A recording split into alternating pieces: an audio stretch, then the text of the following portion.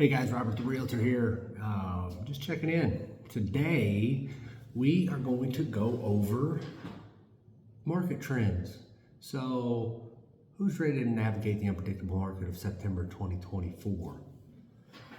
What I'm going to do is go over 5 different key points that's happening in Missouri. It's kind of hard to narrow it down to Moberly.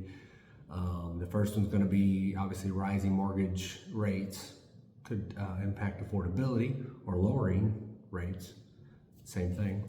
Limited housing inventory, slight decline with home prices expected, growing rental demand, and regional variations across Missouri as a whole. So let's go back to mortgage rates. So mortgage rates currently are either on the decline or staying steady. When that happens, that will affect number 1 and number 3. So if the rates actually go down, the prices of homes go up. Okay.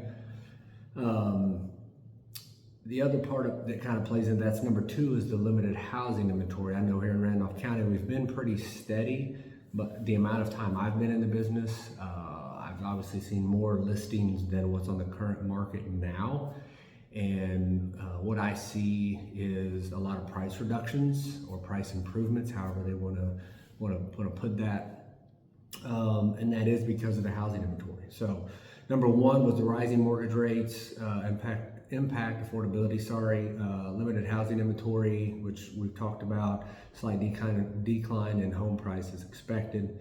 Then we go back to growing rental demand.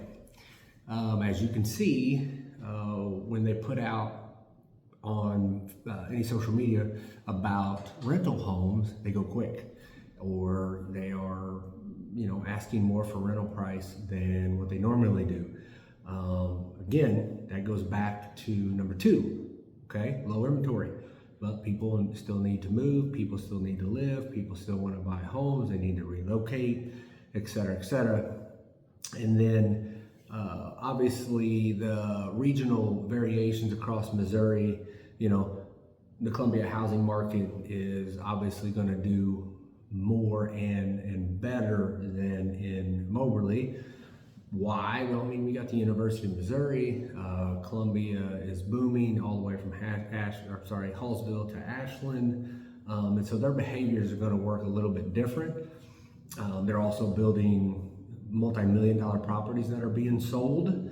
So obviously that's going to increase what it looks like they're doing in Columbia. But here in Moberly, I say my opinion is that it's stayed pretty level, meaning we don't have a ton of inventory, don't have a bunch of, don't have real low inventory. But the thing I see happening right now is obviously the price points.